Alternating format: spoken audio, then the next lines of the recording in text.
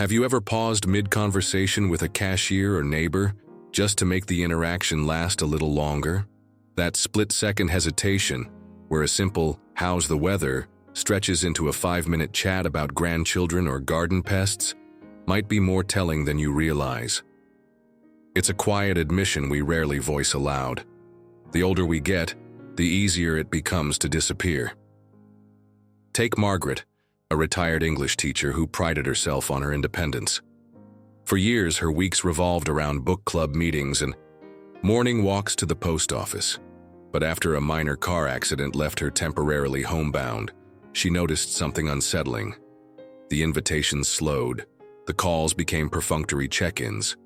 By the time she recovered, her social circle had quietly dissolved. Not out of malice, but the gradual erosion of shared routines.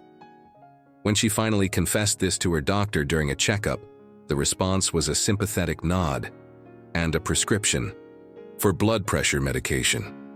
This gap between what we experience and what medicine acknowledges is where loneliness takes root. It's not just about feeling sad, it's about systems.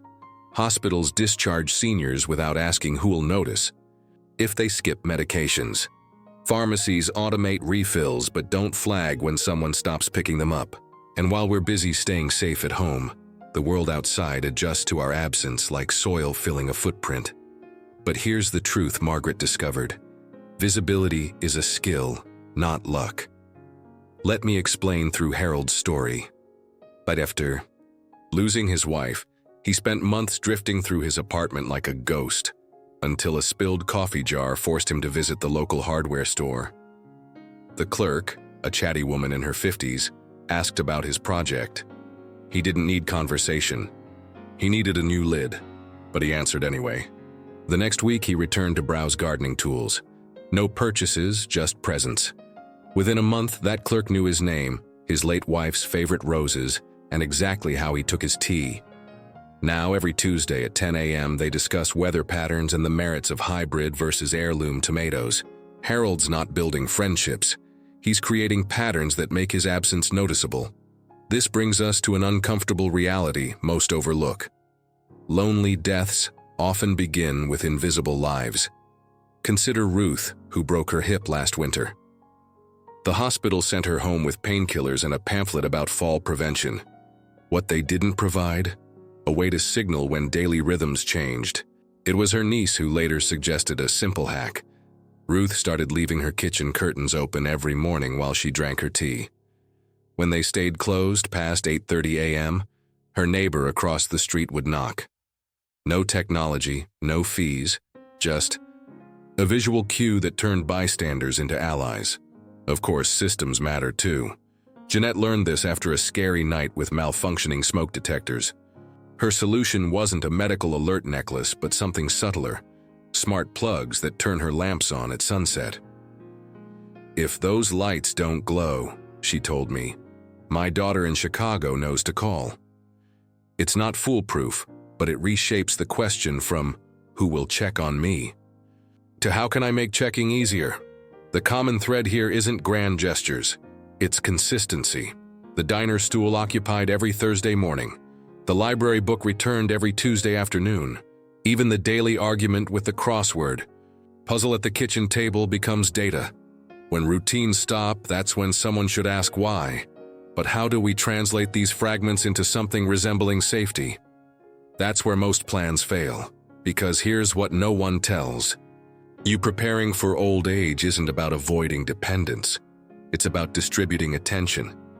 You don't need a village. You need 3 people who care enough to notice when the coffee shop chair stays empty. A pharmacist who raises an eyebrow if you skip a refill. A mail carrier who mentions your uncollected letters. These aren't burdens.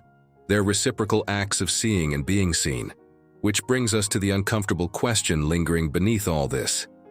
How many of us are already fading without realizing it? The answer lies not in our address books, but in our habits. The tiny, repeatable acts that say, "I'm still here." But how do we turn these small steps into lasting connections? Well, that's where things get interesting. The patterns we create only matter if they ripple beyond our front doors. Let's talk about Frank, a 74-year-old retired mail carrier who prided himself on never needing help.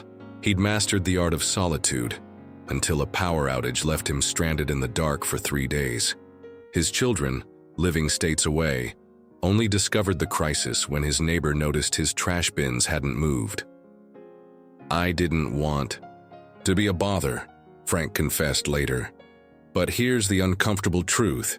Independence becomes isolation when we mistake silence for strength.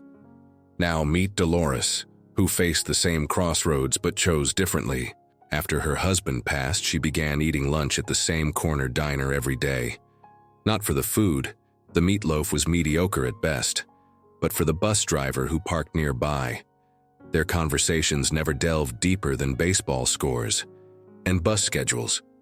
Yet when Dolores missed 3 days in a row, it was that driver who alerted her building manager. They found her battling pneumonia, too weak to call for help. What Dolores understood? Visibility isn't about depth, it's about frequency. The bus driver didn't need her life story, he just needed to notice her absence. This reveals a critical shift in thinking. Safety in later life isn't about having emergency contacts on speed dial. It's about embedding yourself in the daily fabric of your community. Take the pharmacy tech who comments when you're late refilling a prescription, the librarian who saves new releases she thinks you'll like. These aren't friendships. They're accountability anchors, people whose routines intersect with yours in ways that make vanishing harder. But here's where well-meaning plans often stumble. Many assume technology alone can bridge these gaps. Consider Walter, who invested in a top-tier medical alert system after a fall. Yet he kept the pendant tucked in a drawer. It felt like shouting, "I'm frail," he admitted. Contrast this with Evelyn, who let her granddaughter sync her smartwatch to a family app. Now, when Evelyn takes her morning walk around the block, her step count doubles as a silent, "all clear." The difference? Walter's tech highlighted his vulnerability. Evelyn's tech camouflaged it within her existing habits. The lesson here is subtle but vital. Tools work best when they amplify, not replace, the human connections we already have. Which brings us to the most overlooked resource in aging well: casual caretakers. These are the delivery drivers, hairdressers, and crossing guards who occupy the edges of your world. Clara, an 81-year-old widow, learned this when she started offering lemonade to her garbage collectors on summer mornings. She wasn't seeking friendship, just cooling off workers she admired. But when winter ice trapped her indoors, it was those same workers who noticed her bins hadn't been touched and called her nephew. Yet many dismiss these micro-relationships as trivial. They're paid to be here, some say. But rethink that. Your barista chooses to remember your order. Your mail carrier decides to mention your overflowing mailbox. These small acts of attention are voluntary and reciprocal. The fix isn't complicated. Start with what I call habit hijacking. Attach a social gesture to an existing routine. For example, every time you check the weather, text a neighbor a sunrise photo. When you refill your pill organizer, call a friend to discuss the news. Tiny efforts, repeated consistently, build what sociologists term loose ties, connections that feel incidental but form a critical safety net. If you're still watching and finding these insights useful, drop a number 4 in the comments to let me know you're here. If you haven't subscribed yet, go ahead and hit that subscribe button and turn on the bell so you never miss a video. Your support helps us keep bringing you valuable content to inform and inspire. Now, let's confront the elephant in the room: pride. Studies show 68% of seniors avoid discussing loneliness, fearing pity or burdening others. But consider the alternative. Martha, a 79-year-old who nearly died from a silent UTI because she didn't want to overreact. Her turning point? Joining a community garden where members water each other's plots. "It's not about the tomatoes," she said. "We're all just looking for excuses to check on each other." By reframing help as mutual aid, Martha sidestepped shame entirely. This leads us to an unexpected truth. Preventing lonely endings isn't about avoiding dependence, it's about normalizing it. In Japan, some neighborhoods use welfare stamps. Seniors collect a free stamp at local shops each day, creating a record of their movements. Miss 3 stamps, a volunteer visits, no stigma, just systems. While we don't need formal programs, the principle applies. Bake connection into daily transactions. Take George, who buys his morning paper from the same convenience store. When the clerk retired, George taught the new hire how to fold the pages just right, a ritual that became a daily check-in. Last month, when George didn't collect his paper, the clerk called his emergency contact.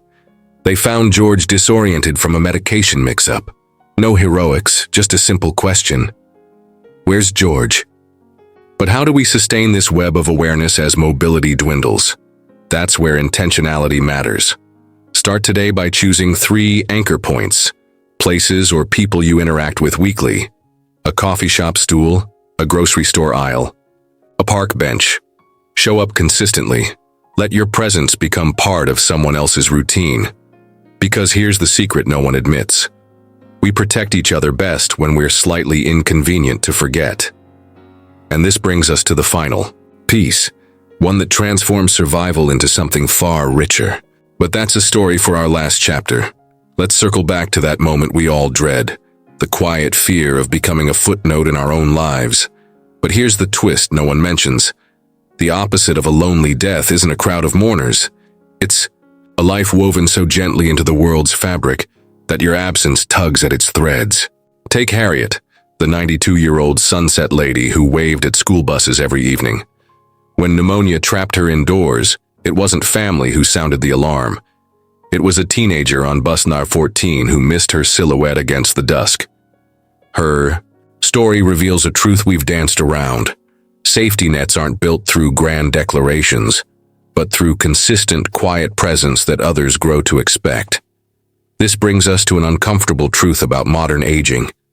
We've confused preparation with isolation. Martin learned this the hard way, when a scammer nearly drained his life savings. His meticulously organized files held passwords and policies, but no one knew his habits well enough to spot the anomaly. What saved him? His barber's offhand comment, "You've talked about that Alaskan cruise for years. Why wire money to Belize now?" The lesson stings. Banks protect accounts, but only people protect patterns. Consider how Irene, a 78-year-old widow, hacked this system. She started attending gallery openings for the free cheese cubes, but her real mission was subtler. By becoming a fixture in that space, chatting with guards about abstract art, debating brush techniques with students, she turned her presence into a shared routine. When she vanished for a week after a fall, it was the gallery's janitor who called her niece. Not because they were close, but because Irene's absence disrupted his normal. That's the power of what I call accidental belonging, showing up in spaces where your existence becomes someone else's background rhythm.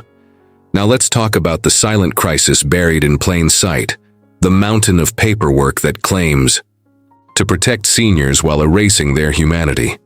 After Edith's stroke, her son found advance directives, insurance policies, and medication lists, but zero clues about her daily rituals. Contrast this with Leo, who taped a note inside his fridge. "Missed 3 bridge games? Check the garage freezer." Morbid, perhaps.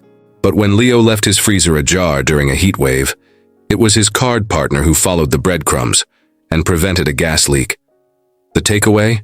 Systems track our vitals, but people track our vibes, which brings us to the final, most radical act: granting others permission to notice you. Not through dramatic gestures, but by letting your quirks become community knowledge. Take the Breakfast Club.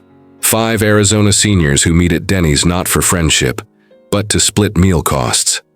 When Rosa stopped appearing, they assumed she'd switched to oatmeal, until her unpaid tab coincided with silent phone calls.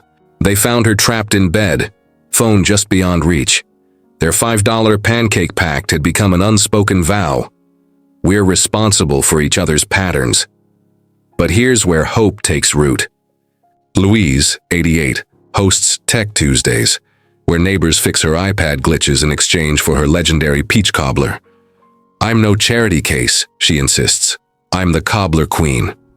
By reframing help as a trade, she preserves dignity while knitting herself into her community's rhythm. Similarly, Samir hires teens to test his icy driveway each winter, payment in hot chocolate and carburetor tips. These aren't tricks, they're bridges built on mutual interest, rather than pity. The ultimate shift isn't about avoiding dependence, it's about redesigning it. Start by anchoring yourself in places where your absence would whisper before it screams. That laundromat booth where you fold socks every Thursday, the park, bench where you feed sparrows at dawn. These rituals aren't mundane, they're lifelines. Teach someone, anyone, the cadence of your days. Tell the librarian you'll need the new mystery novel by the 15th. Mention to the pharmacy tech that you take your walk at 10 a.m. sharp. These are not burdens, they're invitations to notice. Drop a comment below and share one thing you learned today and how you plan to use it in your life. We'd love to hear your thoughts, so don't hold back. Your input means a lot to us. Reading your comments keeps us motivated and inspired. If you found this video helpful, be sure to like, subscribe, and share. Your support helps us keep bringing you valuable content. Thanks for watching, and we'll see you in the next video. So here's to rewriting the script, not with dramatic finales, but with days so richly interlaced with the world that your story can't end quietly. After all, the best lives don't just get lived, they get noticed.